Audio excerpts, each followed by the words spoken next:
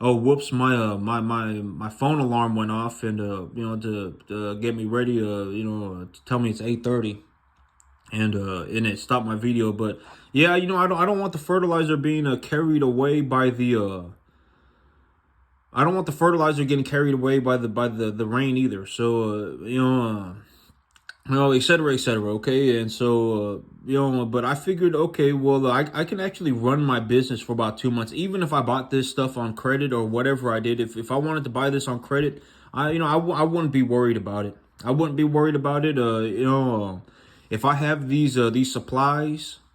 If I have these supplies, if I have this load of grain and this load of fertilizer, I'll be able to run my business for 2 months. My balance sheet looks very good. I'm actually even anticipating that maybe I'll actually sell 4 or 5 animals worth of just flat out sell 4 or 5 animals, and then refill cash reserves, and just give myself a $7,000 to $8,000 cash reserve. And so, because here's the thing, it's like, let's say I give myself a cash reserve of $7,000 to $8,000, right? And so that leaves me with 30 animals. And I sell 6 animals. I don't leverage. I don't leverage or anything. I just flat out sell 4 animals and I buy 8. I don't leverage or anything. Realistically, if I sold 4 and I made enough money to buy 8, I would not buy 8. I would actually buy 12. Okay, and I talk about this all the time. Why would I do that? Because if I sell 4 and I make enough money to buy 8, but I take a loan from the bank to buy 4 more and I end up with 12. If I take those 12 to 24 and it costs me whatever, right? It costs me, let's say it cost me whatever. I mean, and then I pay the bank back, and then it's like I took the bank's money, I doubled it, and then I paid the bank back with the. And also this also yesterday I forgot to talk about this, but like these animals that I bought. This is actually a very good point.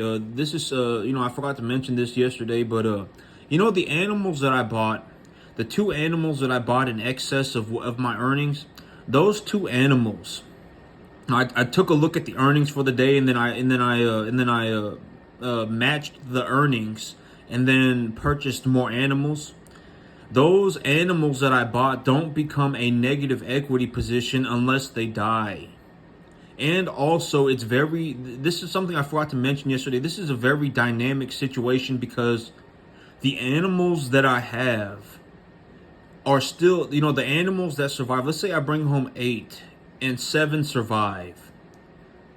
Those 7 are still going up in value, right? I mean, by next month, they will have made I will have made a certain amount of money on them, right? And who I'm gonna really work on keeping all 8 animals alive. But I mean, it just is. I mean, I don't know what to tell you. Okay, sometimes things happen that I'm really working on my preconditioning program, and et cetera, et cetera. And but I mean, sometimes these cattle die. Okay, even when they get big, and even when you go to somewhere like a feed yard, and they're feeding these big animals, and they got PhDs running around everywhere, right? I mean, they're feeding antibiotics to animals, and they're doing all this stuff. They got PhD level people working on everything. They still have a 5 to 7% death rate. All right, things happen. I don't know how else to tell you that the life is not Disneyland, but it happens. It does. I don't come after me. All right. Even these big feed yards, when they have like 85 employees, they have multiple PhDs. They have PhDs working on everything. They still have a 5 to 7% death loss. Though when I say a 5 to 7% death loss on the big animals, that is like a multi like a that is like a that is what the numbers are when you get to the very very very high end of the cattle business. That's what numbers look like when you go to a feed yard, when you have multiple PhDs working together. All right, and so it just I don't know what else to tell you. All right, and it's unfortunate that animals die. It is, right. I mean, it just is what it is. Okay, and so but if I raise 30 animals, and when I sell those 30 animals, and I have 26. If I have 26 animals, realistically, if I sold 4 animals, I would not buy 8. I would buy 12, okay? But I made a very simple example. I made a very simple example just to give you an idea of what is going on. And this is not a but this is just a rough estimate for if I were to just run my business without any leverage. I would make about $3,500 because I would sell 4 animals, right? I would sell 4 animals. I would make enough money to buy 8. So I would buy 8. Maybe I lose 1. And then let's say I sell 3 more animals. But I mean, actually, I kind of messed that up because I kind of fudged the numbers because but I mean, it don't matter. The numbers are accurate because I mean, this is 7. I would have to sell 7 animals a month to work this business plan. But whatever the business plan is, as long if the numbers are accurate, you can do whatever business plan you want. Like this would be a business plan if I sold 7 animals a month. But if I sold 7 animals a month, but I also got cash reserves, and I kind of fudged the numbers, but but if I sold, but let's say I sold another 3 animals. If I sold 3 animals, and I purchased a half a tonnage of grain and 1 tonnage of fertilizer, I would still have $3,500 or so left over for the month. Okay, I would have about $3,500 net positive, and I also have a cash reserve of about $7,000 to $8,000.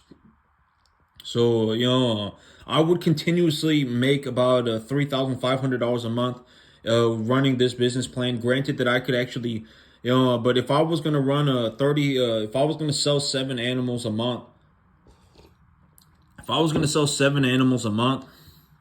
If I was going to sell 7 animals a month and I had 30 animals total, that means I would be selling, the animals once about every 5 months, right? It would take me about 4 months, 4.3 months to sell all the animals.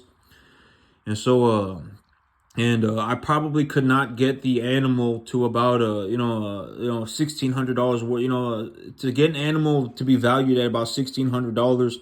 I'm not buying just steers, and I'm also buying heifers, but this is what I mean by it's very difficult to exactly show. Like I cannot exactly model everything that's going on. It's very difficult to account for everything, and that's also why I put such an emphasis on you just got to be able to take a look at it and determine what's going on and come up with a good plan like instantaneously. It's very difficult to sit on a table and just write down everything that's going on, right?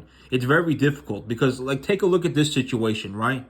If I sell 3 animals, I effectively make enough money to buy myself about 3 months of grain and about a 1 to 1.5 months of fertilizer, right? I mean, I make enough money to purchase effectively 3 months of grain. And but I've already used 1.5, right? I've already bought 1.5, and I have to pay for that. I've already, I have 1.5 months of grain that I need to pay back, and so I got another month and a half of grain, and I got another month, and I got a month and a half of fertilizer. But if I grow a month and a half of fertilizer, or if I utilize 1.5 months of fertilizer properly, I won't be utilizing 1.5 months of grain. I might be using that grain at slower speeds. I mean, it may take me 2.5 months to feed that grain, right? Because my cattle will be getting more of their diet in grass. So it's very difficult to model, right? I mean, it's just like